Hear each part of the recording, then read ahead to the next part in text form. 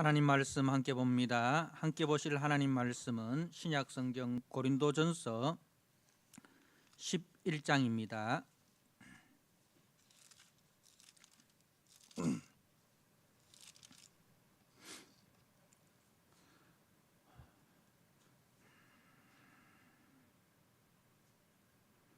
고린도전서 11장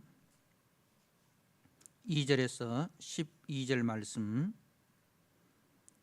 주신 말씀을 봉독드립니다. 고린도전서 11장 2절에서 12절 말씀. 너희가 모든 일에 나를 기억하고 또 내가 너희에게 전하여 준 대로 그 전통을 너희가 지킴으로 너희를 칭찬하노라. 그러나 나는 너희가 알기를 원하노니 각 남자의 머리는 그리스도요 여자의 머리는 남자요 그리스도의 머리는 하나님이시라. 무릇 남자로서 머리에 무엇을 쓰고 기도나 예언을 하는 자는 그 머리를 욕되게 하는 것이요 무릇 여자로서 머리에 쓴 것을 벗고 기도나 예언을 하는 자는 그 머리를 욕되게 하는 것이니 이는 머리를 민 것과 다름이 없음이라. 만일 여자가 머리를 가리지 않거든 깎을 것이요 만일 깎거나 미는 것이 여자에게 부끄러움이 되거든 가릴지니라. 남자는 하나님의 형상과 영광이니 그 머리를 마땅히 가리지 않거니와 여자는 남자의 영광이니라. 남자가 여자에게서 난 것이 아니요 여자가 남자에게서 났으며 또 남자가 여자를 위하여 지음을 받지 아니하고 여자가 남자를 위하여 지음을 받은 것이니 그러므로 여자는 천사들로 말미암아 권세 아래에 있는 표를 그 머리 위에 둘지니라. 그러나 주 안에는 남자 없이 여자만 있지 않고 여자 없이 남자만 있지 아니하니라. 이는 여자가 남자에게서 난 것 같이 남자도 여자로 말미암아 났음이라. 그리고 모든 것은 하나님에게서 났느니라. 아멘. 오늘 고린도전서 11장 2절에서 12절 말씀 구원과 창조 질서라는 제목으로 주신 말씀을 함께 나누고자 합니다. 사도 바울은 이제 8장에서 이제 10장까지 우리가 지금까지 함께 살펴봤던 우상 제물에 대한 이제 말씀을 이제 마치고 새로운 주제인 이제 오늘 2절에서 16절까지는 그 예배 때의 그 복장 문제, 여자들의 복장 문제에 대해서 말씀을 가르치고 그 다음에 17절에서 이제 34절까지는 이제 성만찬의 올바른 그 모습, 성만찬 때의 올바른 모습에 대해서 말씀을 가르치고 그 다음에 이제 12장, 13장, 14장까지는 이제 성령의 은사 문제에 대해서 교훈을 합니다. 이제 이 모든 그 주제가 이제 고린도 교회가 이제 바울이 떠난 이후에 교회에서 이러한 문제들로 이제 논쟁이 있었던 것 같습니다. 그래서 그 논쟁에 대해서 이 서신을 통해서 바울에게 전하면서 이에 대한 성경의 가르침을 바울로부터 구하였던 것입니다. 그래서 바울은 고린도 교회가 편지를 통해서 바울에게 질문한 이 주제들에 대해서 성경적 기준을 가지고 이제 권면을 하고 있는데요. 오늘 이 2절부터 16절까지 오늘 12절까지 말씀을 읽었습니다만은 이 주제의 내용이 이제 2절 말씀에 보면 너희가 모든 일에 나를 기억하고 또 내가 너희에게 전하여 준 대로 그 전통을 너희가 지킴으로 너희를 칭찬하노라 그렇게 했어요. 그러니까 이제 바울이 고린도 교회를 개척하고 또 목회를 하고 그리고 이제 바울이 또 전도자로서 이제 다른데 전도하러 나가지 않습니까? 이제 그런데 이 고린도 교회가 바울이 전하여 준 이 십자가 복음 위에 견고하게 서서 그 복음을 잘 지키고 그 복음을 따라서 잘 살아가고 있는 것에 대해서 바울이 칭찬을 하는 것입니다. 그러니 이제 이 고린도 교회는 구원받은 자로서의 질서, 구원받은 자로서 구원받은 자가 살아가야 할 그 삶의 내용과 질서를 잘 지킨다는 거죠. 그런데 문제는 뭐냐면은 3절에 그러나 나는 너희가 알기를 원하노니 각 남자의 머리는 그리스도요 여자의 머리는 남자요 그리스도의 머리는 하나님이시라. 자, 이게 뭐냐면은 창조의 질서에 대한 이야기입니다. 창조의 질서. 하나님께서 세상을 창조하셨을 때 그 창조의 질서가 있단 말입니다. 하나님께서 만물을 지으시고 그리고 그 만물 가운데 에덴 동산을 건설하시고 그 에덴 동산에 아담을 먼저 만드시고 그리고 아담의 갈비뼈로 하와를 만드셨습니다. 그죠? 그리고 그 아담과 하와로 하여금 만물을 하나님의 대리자로서 하나님의 형상, 하나님의 대리자로서 관리하고 보존하는 그 사명을 이제 아담과 하와에게 주었습니다. 이게 이제 하나님의 창조 질서입니다.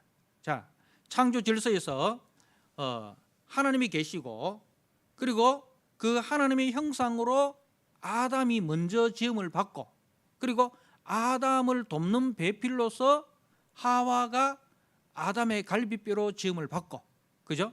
그래서 이제 가정이 생기고 교회가 생기는 거잖아요. 그죠? 그 아담과 하와는 최초의 가정이고 최초의 교회입니다. 자, 그리고 이 아담과 하와의 이 가정과 교회를 통해서 하나님께서는 만물을 관리하고 만물을 다스리도록 하는 그 사명을 주었습니다. 자, 이게 이제 창조의 질서란 말입니다. 자, 바로 그 말입니다. 3절에 각 남자의 머리는 그리스도요 여자의 머리는 남자요 그리스도의 머리는 하나님이시라. 자, 이 머리라는 이 개념을 우리의 기준과 우리의 상식에서 생각을 하면 안 됩니다. 우리는 머리라 하면은 대부분 대빵이다 이렇게 생각하잖아요. 대빵, 머리 하면 대빵. 우리가 소위 세상에서는 머리 하면 대빵이다. 그러면 대빵 앞에는 전부 다 뭐 해야 됩니까? 대빵은 군림하고 그 대빵 밑에 있는 사람들은 전부 다 쫄병이 되어가지고 다 거기에 지배를 당하는 그런 이제 군림과 지배의 관계로 이제 보지 않습니까? 그런데 이거는 인간이 범죄함으로 말미암아 창조 질서에 왜곡이 왔습니다. 그러니까 이것은 왜곡된 창조 질서라는 거예요. 그러면은 창조 질서 중에도 왜곡되지 않는 것이 있고 왜곡된 것이 있습니다. 자, 그러면 우리 구원받은 사람들은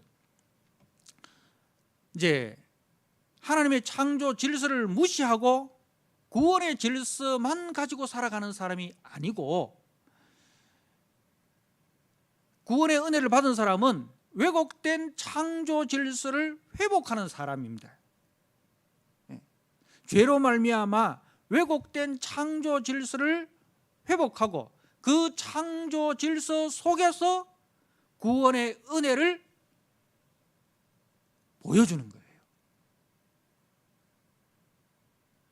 그래서 이 머리라는 개념은 이제 굴림이라는 개념이 아니고 보호자라는 개념입니다. 보호자. 자, 그래서 우리가 에베소서 5장에 보면 교회의 머리는 누굽니까? 예수님입니다. 그죠? 예수님이 교회의 머리입니다. 그래서 그 가정에 남자는 그리스도의 역할을 하고 여자는 아내는 교회의 역할을 하는데, 자, 그리스도께서 교회를 어떻게 하십니까? 자기 목숨을 대신 주시고 교회를 값주고 사시는 그 사랑을 보여주셨어요. 그래서 머리라는 개념은 보호자예요. 어떤 대가를 지불하더라도 그 몸을 보호하고 그 몸을 구원하고 그 몸을 위해서 자기 생명까지도 헌신할 수 있는 이 보호 개념, 그 보호 개념이 머리라는 거예요. 그래서 보호하고 본을 보이고, 본을 보이고 보호하고, 이게 이제 성경이 말하는 머리 개념입니다. 자, 그런 의미에서 머리는 책임이 무겁습니다. 그죠? 머리는 사명이고 책임입니다. 자, 그래서 그리스도께서 각 남자의 머리라고 했잖아요. 그리스도께서 우리를 보호하시고 우리의 본이 되셨잖아요. 그죠?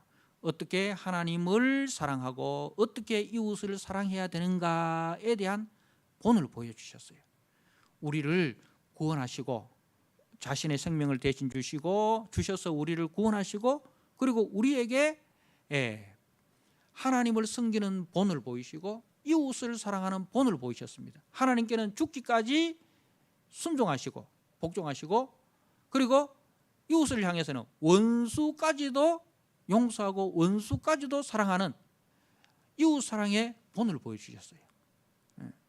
자, 그러면은 여자의 머리는 남자다는 거는 뭐예요? 여자의 머리는 남자다는 개념은, 남자는 그 그리스도께서 자기에게 보여주신 그 본을 그대로 여자에게 보여주는 거예요. 그리스도께서 교회를 위해서 자기 생명을 대신 주시기까지 교회를 사랑하신 것처럼 그 아내를 그렇게 사랑하고, 그죠?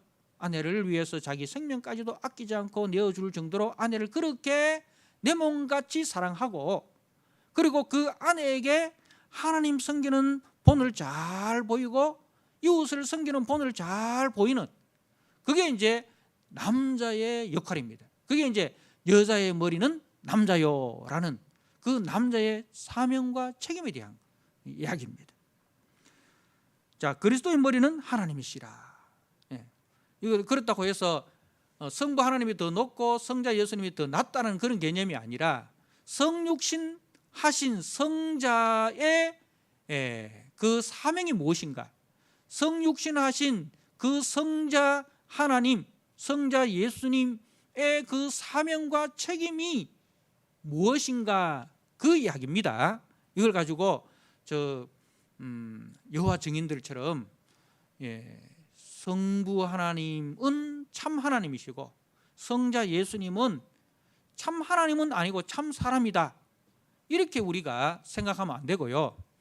이제 우리 예수님은 하나님과 동등되시지만 동등되심을 취할 것으로 여기지 아니하시고 성육신하셔서 하나님의 그 구원의 계획을 이루기 위해서 죽기까지 순종하신 그 사명과 책임을 다했다, 그 이야기입니다.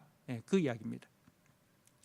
그리고 이제 그 성부 하나님은 성자 예수님을 사랑하시지 않습니까? 이는 내 사랑하는 아들이요 내 기뻐하는 자라. 이렇게 성부 하나님께서 성자 예수님을 어떻게 사랑하셨는가 하는 것을 이제 우리에게 보여주시면서 그 성부와 성자와 성령 이 삼위 하나님의 이 관계가 서로 사랑의 관계로 이렇게 하나이듯이 우리 믿음의 성도들이 교회 안에서 가정 안에서 이웃에 대해서 다른 사람에 대해서 어떤 관계로 우리가 이제 묶여지고 어떤 관계로 우리가 살아가야 되는가 하는 것을 이제 하나의 본으로 우리에게 보여주시는 겁니다.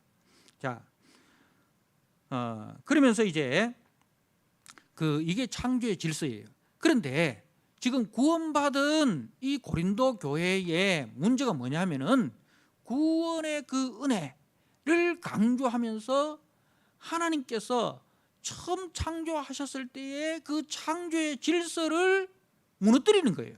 그 이야기가 4절에 물은 남자로서 머리에 못을 쓰고 기도나 예언하는 자는 그 머리를 욕되게 하는 것이요 물은 여자로서 머리에 쓴 것을 벗고 기도나 예언을 하는 자는 그 머리를 욕되게 하는 것이니 이는 머리를 민 것과 다름이 없음이라. 만일 여자가 머리를 가리지 않거든 깎을 것이요 만일 깎거나 미는 것이 여자에게 부끄러움이 되거든 가릴지니라. 자, 그때 당시에 이제 유대인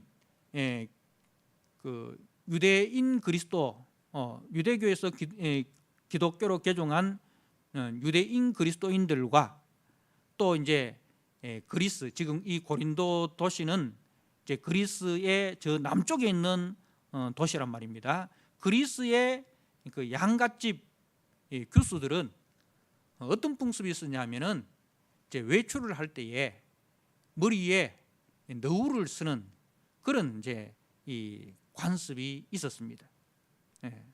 이게 뭐냐면은 단정함의 표시입니다. 단정함. 우리가 어디 외출을 할 때에 단정하게 이렇게 단정한 그런 모습으로 외출을 하지 않습니까? 그럼 마찬가지로 교회에 우리가 출석을 할 때도 어떻게 와야 됩니까? 우리가 뭐 꼭 비싼 옷을 입고 올 필요는 없습니다. 그죠? 최고급 옷을 입고 뭐 화려하고 아름다운 옷, 그게 아니라 단정한 옷을 입고 와야 된다는 거죠. 단정한 옷을 입고 단정한 모습으로 우리가 와야 된다는 거죠. 그게 덕스러운 거예요. 그게 덕스러운 거예요. 그런데 이 고린도 교회에 바울이 떠난 이후에 잘못된 생각을 가진 이제 이단들이 들어오는데 그 중에 하나가 이제 열광주의가 있습니다. 열광주의. 이 고린도 교회는 이 열광주의에 빠졌어요. 그래서 은사를 강조하지 않습니까? 우리 뒤에 이제 12장, 13장, 14장에 보면은 이 은사장인데 이 고린도 교회는 은사 중에서도 많은 은사 중에서도 무슨 은사를 제일로 쳤습니까? 방언의 은사를 제일로 쳤어요. 이 왜? 방언은 우리가 알아들을 수 없는 말이기 때문에 이것을 천상의 언어다 그렇게 생각을 했어요. 그래서 천상의 언어로 지금 나는 천사와 대화를 하고 있다. 나는 천상의 언어로 천사와 대화하고 있다. 이런 이제 이 방언의 은사를 그렇게 생각해서 이 교만한 거예요. 그래서 천상의 대화를 하지 못하는 방언을 받지 못하는 사람들은 이 땅의 언어로 땅의 사람들하고 대화한다라고 해서 다른 은사 받은 사람들을 무시하는 거예요. 그래서 이 방언의 은사를 이렇게 하면은 할 때 어떻게 하느냐? 우리가 14장에 보면 이제 이 14장 23절에 그러므로 온 교회가 함께 모여 다 방언으로 말하면 알지 못하는 자들이나 믿지 아니하는 자들이 들어와서 너희를 미쳤다 하지 아니하겠느냐. 자, 우리 교회가 말이죠. 전부 다 막 방언으로 다 기도를 하는 거예요. 그러면은 이제 교회 처음 나오는 초신자들이나 아니면은 믿지 않는 사람들이 교회에 와서 보고 뭐라 하겠습니까? 저 사람들 전부 다 미쳤다. 그리고 방언하는데 대부분 사람들이 어떻게 합니까? 조용하게 방언하는 사람도 있지만은 대부분 다 열정적으로 방언을 합니다. 그죠? 방언기도 하는 사람들 대부분 열정적으로 막 이렇게 합니다. 그렇게 하다 보면은 어떻게 됩니까? 머리에 이제 이 너울을 쓰지 않으면은 머리가 어떻게 되겠습니까? 막 산발이 되겠죠. 그죠? 그때 당시에는 우리처럼 이렇게 뭐 미용 기술이 발달해 가지고 머리를 이렇게 짧게 단정하게 뭐 그렇게 하지 않잖아요. 다 미용 기술이 없어요.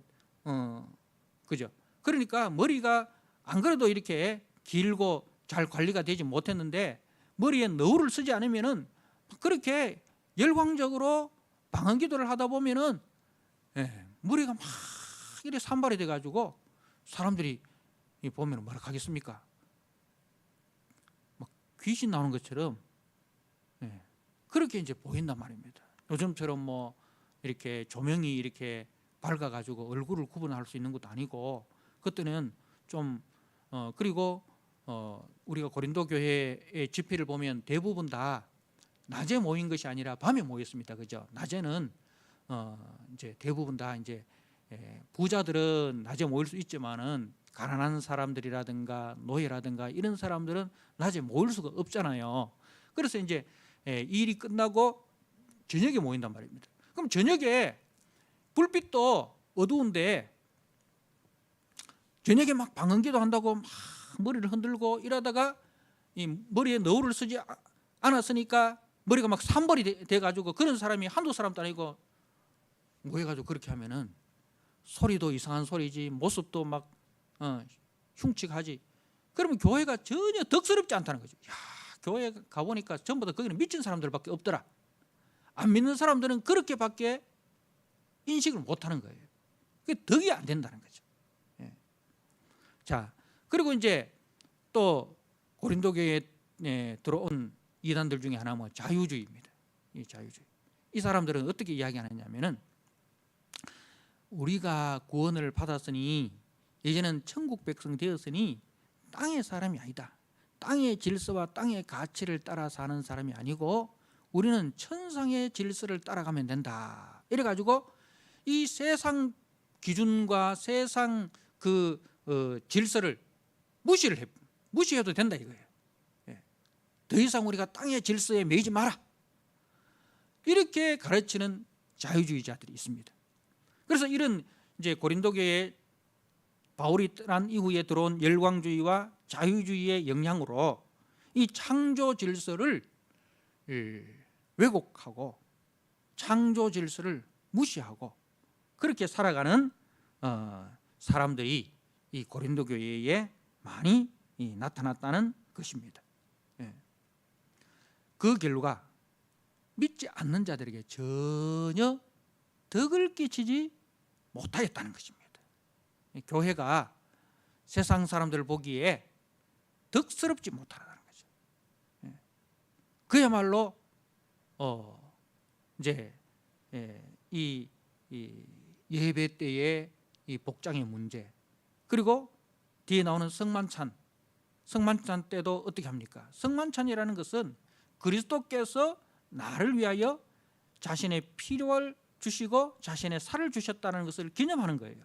그래서 우리는 그 그리스도의 피와 살에 함께 참여한 형제 자매입니다.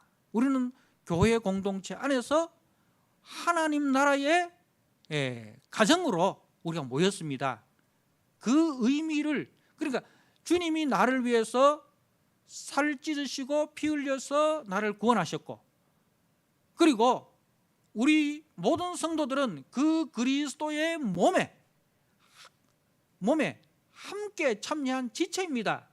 는 것을 기억하고 감사하는 것, 그게 성만찬이에요. 그래서 초대교회에서는 떡을 뗄 때 우리는 지금 분잔, 분병 이렇게 하지 않습니까? 그죠? 이제 잔을 나눠주고 떡을 나눠줍니다. 그런데 이제 초대교회는 떡을 한 덩어리의 큰 떡을 가지고 와서 자기들이 뜯어먹는 거예요. 그게 뭐냐면 우리는 그리스도의 몸에 함께 참여한 한 몸입니다. 그 개념이라는 거죠. 그런데 이 성만찬을 어떻게 합니까? 조금 전에 이야기했는 것처럼 부자들은 이제 낮에 일 안 하니까 일찍 모여가지고 이제 성만찬을 하는 거예요. 그래서 포도주를 실컷 마시고 떡을 실컷 먹고 이래서 배부르고 술 취해가지고 행소수술하고, 그러니까 나중에 일 마치고 늦게 온 가난한 사람들이라든가 노예들은 와보니까 자기들이 먹을 게 없는 거예요. 이미 이 사람들은 부자들이 다 먹어버리고 술 취해가지고 횡설수설하고, 그러니까 교회가 이게 뭐 덕이 안 되는 거잖아요. 안 믿는 사람도 이런 짓은 안 한다 이거예요. 믿는다 하면서 어떻게 너희들이 이럴 수 있느냐. 너희들이 가난한 사람들이라든가 약한 자들을 배려하지 않고 기다려주지 않고 그들의 입장에서 받아들이지 않고 너희들 하고 싶은 대로 그렇게 해서 저들에게 상처를 주느냐. 성만찬의 주택. 그 다음에 이제 12장, 13장, 14장에 가면 이 방언과 예언의 문제에 있어서 무질서하다는 거죠. 무질서하다는 거죠. 자, 무질서 하는데 우리가 이제 그 14장에 보면 우리가 오해할 수 있는 그 부분이 있는데, 그 여자는 교회에서 잠잠하라 그 이야기잖아요. 자, 14장 34절에 여자는 교회에서 잠잠하라. 그들에게는 말하는 것을 허락함이 없나니 율법에 이른 것 같이 오직 복종할 것이요, 만일 무엇을 배우려거든 집에 가서 자기 남편에게 물을지니 여자가 교회에서 말하는 것은 부끄러운 것이라. 이렇게 했어요. 이 이야기 들으면 여자는 뭐 교회에서 입대면 안 되겠구나, 뭐 이렇게 이제 잘못 오해할 수가 있습니다. 그런데 그 앞에 말씀 보면 33절에 하나님은 무질서의 하나님이 아니시오, 오직 화평의 하나님이시라. 모든 성도가 교회에서 한과 같이, 이렇게 돼 있어요.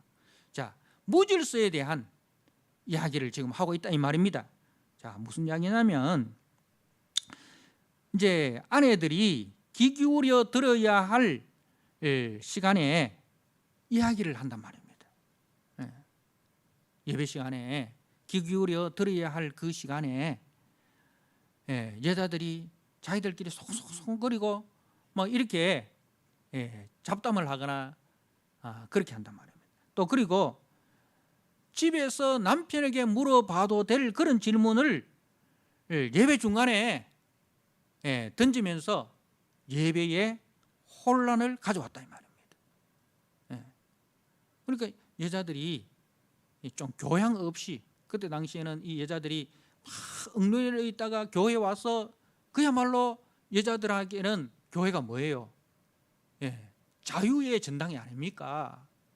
남자나 여자나 차별이 없다고 하고 이러니까 여자들이 이걸 막 너무 이렇게 오버를 해가지고 그 선을 넘어버린 거예요.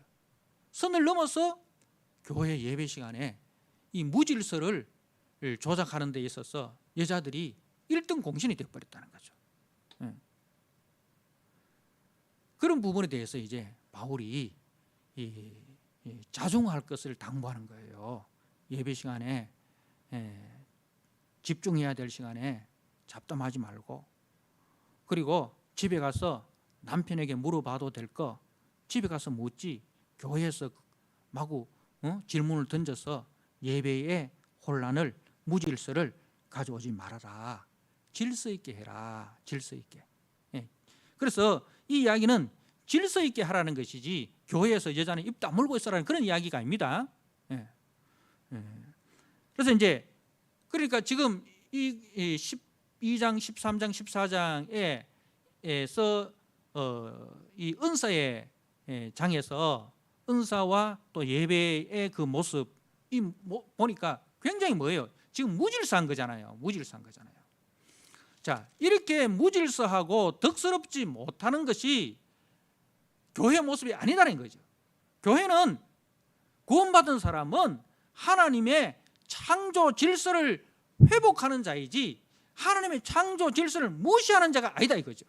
구원의 질서는 창조 질서 위에서 세워지는 것이지 구원의 질서가 창조 질서를 무시하는 게 아니고 구원의 질서와 창조 질서는 결코 상충할 수 없는 왜? 둘 다 하나님께서 우리에게 주신 말씀이라는 거예요. 그죠? 그래서 이 구원의 질서를 회복하는 것이 교회의 사명이고 구원의 질서 위에 창조의 질서를 회복하는 것이 교회의 사명이고 이 창조의 질서 위에 구원의 은혜를 나누는 것이 교회의 사명이다. 바로 그 이야기입니다. 자, 무슨 이야기냐면 아담과 하와가 범죄가 난 뒤에 창조의 질서가 무너집니다. 하나님과의 관계, 하나님과 사람과의 그 관계가 무너졌다는 질서가 무너졌다는 거잖아요. 하나님을 하나님답게 우리가 섬기는 것. 하나님은 우리의 창조주시고 우리는 하나님의 피조물입니다. 그래서 피조물은 창조주에게 순복하는 것. 이게 이제 하나님과 우리의 질서예요. 그런데 이게 깨져버리는 거예요. 자, 그리고 남자와 여자의 그 관계는 또 어떤 관계입니까? 남자는 머리고 여자는 그 머리된 남편에게 순복하고, 그래서 남편은 아내를 사랑하고 보호하고, 그리고 아내는 남편을 존중하고 그 남편에게 순복하는 것. 이게 창조의 질서잖아요. 그런데 인간이 범죄함으로 어떻게 됩니까? 남자가 여자를 원망하는 거예요. 왜 하나님이 저 여자를 나에게 주셔가지고 나로 범죄하게 했습니까? 그렇게 서로 이 관계가 미움과 시기 그리고 원망, 이 관계로 지금 죄가 들어버린 거예요. 자, 그러면 하나님께서 우리를 구원하셔서 우리에게 주신 사명이 뭐예요? 창조의 질서를 회복하는 거예요. 창조의 질서. 하나님이 우리를 사랑하는 그 사랑에 감사해서 우리는 하나님께 순복하고, 그죠? 하나님을 예배하는 그 창조의 질서를 회복하고, 그리고 남편과 아내의 그 관계가 상호 보완해서 하나 되는 거죠. 남자 여자는 둘이 아니요 한 몸이다 이렇게 했잖아요. 그래서 한 몸으로서 서로 사랑하는 그 관계를 회복하고, 이웃과의 관계에서도 이제 서로 네가 죽어야 내가 살고, 이 관계가 아니라 너와 나는 다 우리가 하나님 안에서 한 백성이다. 그래서 서로 사랑하는, 이웃과의 서로 사랑하는 것, 이게 창조 질서의 회복이에요. 그리고 자연과의 관계도 뭐예요? 우리는 우리 인간의 유익을 위해서 자연을 훼손하는 것이 아니라 자연을 보호하고 보존함으로써 자연과 더불어 인간이 사는, 우리는 자연의 보호자로서의 그 사명, 훼손자의 삶이 아니라 우리는 자연을 보호하고 보존하는 그 사명이 바로 창조의 질서예요. 자, 이 창조의 질서를 우리가 잘 유지시켜 가는 것이 우리 구원받은 사람들의 사명입니다. 자, 그렇게 창조 질서를 회복함으로써 가정이 화평하게 되죠. 그죠? 이웃과의 관계가 화평하게 되죠. 그렇게 됨으로써 뭐가 나타납니까? 그리스도의 향기가 나타나잖아요. 예수 믿는 사람은 저렇게 믿음의 덕에 지식의 절제를 절제의 인내를 인내의 경건을 경건의 형제 우애를 형제 우애의 사랑을 다하는구나. 그래서 예수 믿는 우리들의 그 아름다운 모습을 보고 사람들이 예수 믿는 것이 저렇게 아름답고 예수 믿는 것이 저렇게 멋지네. 우리도 예수 믿자. 우리 가정이 이렇게 무질서하고 우리 가정이 이렇게 행복이 깨져버리고 이게 전부 다 어디서 왔냐? 죄 때문에 왔다. 예수 믿는 사람들을 보니까 죄의 지배를 받는 것이 아니고 하나님의 은혜의 지배를 받으니 저렇게 아름답고 저렇게 멋지고 저렇게 행복하구나. 그래서 우리가 창조 질서를 회복하고 그렇게 살아갈 때에 뭐가 나타납니까? 구원의 영광이 드러나는 거예요. 구원의 은혜가 꽃피는 거예요. 바울이 지금 그 이야기를 하고 있단 말입니다. 그래서 우리가 예수 믿는다는 것은 세상의 기준, 그 하나님께서 창조 때 만드셨던 그 기준과 상식, 그죠? 그 도덕, 그 양심, 그 위에 있는 겁니다. 그것을 무너뜨리는 게 아니고 그 위에 우리가 더 세우는 겁니다. 그런데 우리가 구원받은 사람들이 하나님께서 원래 만드신 그 창조 질서도 지키지 않는다면, 다시 말해서 상식 이하의 양심을 거스르면서 도덕 수준 이하의 삶을 산다면 그거는 결코 구원의 영광을 드러내는 것이 아닙니다. 오히려 구원의 영광을 훼손시키는 것이다 는 거예요. 그래서 우리가 예수 믿는 사람들이 최소한 세상 사람들이 지키는 공중도덕 그 이상을 우리가 지켜야 됩니다. 그것을 지키는 것은 마땅하고 그 이상을 우리가 지켜야 된다는 거예요. 세상 사람들이 하는 그 도덕적인 기준, 그 양심의 기준, 그거는 우리가 당연히 지켜야 되고 그 위에 더 우리가 무엇을 지켜야 되는 거예요. 그 이상을 우리가 지켜야 된다는 거죠. 그래서 예수님께서 너희의 의가 저 바리새인과 사두개인의 의보다 낫지 못하면 그렇게 이야기했습니다. 우리는 그 이상에 의해야 된다 이 말입니다. 그래서 우리 때문에 우리 주변의 사람들이 난 저 사람 보고 교회 다닐 마음이 없어. 난 저 사람 하는 거 보고 예수 믿을 마음 없어. 만약에 우리의 모습, 우리의 말과 우리의 그 삶을 보고 사람들이 그렇게 한다면 우리는 그 사람을 실족시키는 거예요. 그래서 우리가 교회 다닌다는 그 이유 때문에 믿지 않는 사람들에게 피해를 주거나 손해를 끼쳐서는 절대 안 된다는 거예요. 그래서 우리가 예수 믿는 것 때문에 나는 주일날 잔치 못 가요. 주일 성수해야 되기 때문에 잔치 못 가요. 그러면은 거기에 대해서 우리가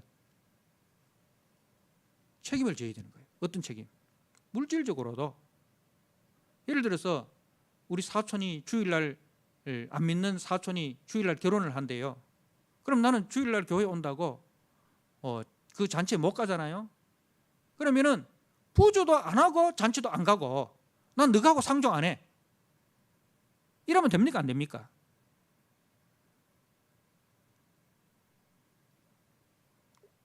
예수님께서 우리를 먼저 부르신 이유가 뭡니까? 저 믿지 않는 사람들에게 복음을 전하는 복음의 통로로 우리를 불렀어요. 그렇게 하면 복음의 통로가 막혀버리잖아요. 그죠? 구원의 은혜가 흘러가는 통로가 막히잖아요. 그러면은 그 부분에 대해서 우리가 그 사람들이 납득할 수 있는 상식 이상을 보여주라 이 말입니다. 그러면은 미리 찾아가서 그 결혼을 축하해주고 부주도 예수 안 믿는 사람들이 하는 것보다 좀 더 넉넉하게 하라 이 말입니다. 그리고 설 명절이 돼가지고 나는 설날에 주일이 껴있는데 이번 설에는 주일 지키기 위해서 나는 고향에 못 갑니다. 엄마 아버지 뵈러 못 갑니다. 며느리가 주일 핑계 대가지고 명절에 시집에 안 가면 됩니까? 안 됩니까? 그렇게 하면서 시어머니 시아버지 용돈도 안 드리고 말이죠. 그러면 안 된다 이 말입니다.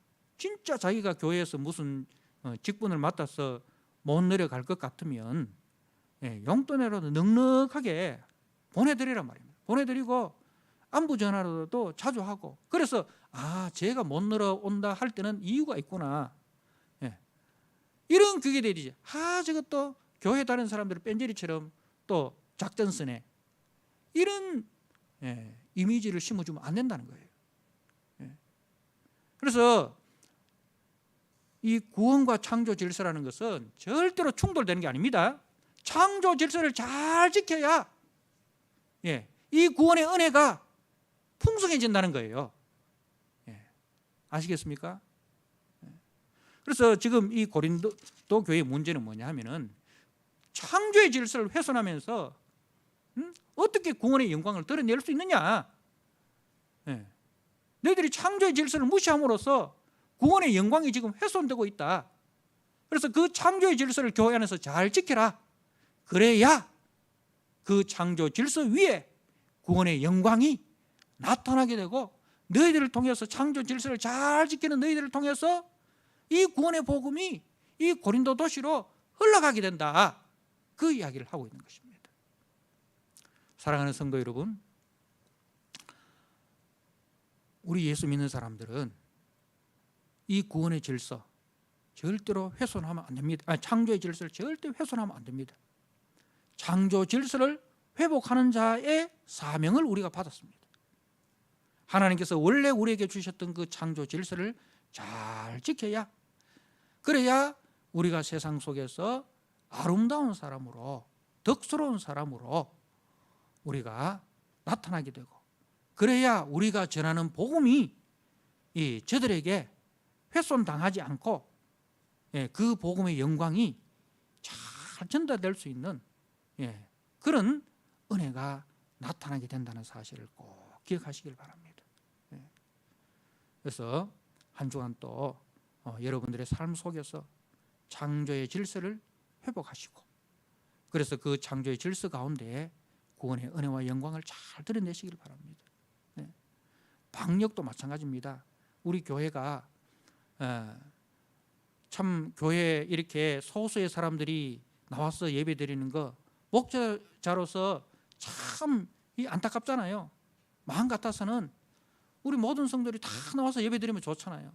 그런데 만약에 그렇게 하다가 교회 안에서 확전자가 확산이 되는 그런 불상사가 생기면 어떻게 되겠습니까? 그것 때문에 우리가 더 조심하는 거예요. 더 긴장하고 더 조심하고. 그래서 어떻든 교회는 절대로 이제 그 확진자가 오더라도 그냥 다녀갈 뿐이지 그 확진자로 말미암아 교회가 확산되는 그런 통로가 되면 안 된다는 거죠. 그렇기 때문에 우리가 소수의 사람들이 모여서 예배를 드리고 또 방역 수칙을 더 우리가 철저하게 지키고 하는 그 이유가, 어떻게든지 교회가 세상 사람들이 지금 말하는 것처럼 교회는 왜 방역 수칙도 안 지키고 교회는 왜 그렇게 확진자가 많이 나오느냐, 이런 소리가 퍼지면은 나중에 코로나가 끝나고 난 뒤에도 사람들이 교회에 오겠습니까? 안 온단 말입니다. 그래서 우리가 그것 때문에 더 우리가 예수 믿는 사람들이 가정에서든지 또 우리 이 삶의 현장에서든지 교회에서든지 더 방역에 우리가 힘쓰자는 거죠. 그래야 이 주님의 영광이 가려지지 않고 교회의 영광이 땅에 떨어지지 않는다는 것입니다. 그래서 우리가 한 주간 또 이 창조 질서를 회복하는 자로서 그 사명을 가지시고 잘 살아가시는 우리 복된 믿음의 성도 되시기를 주님의 이름으로 부탁드립니다. 아멘.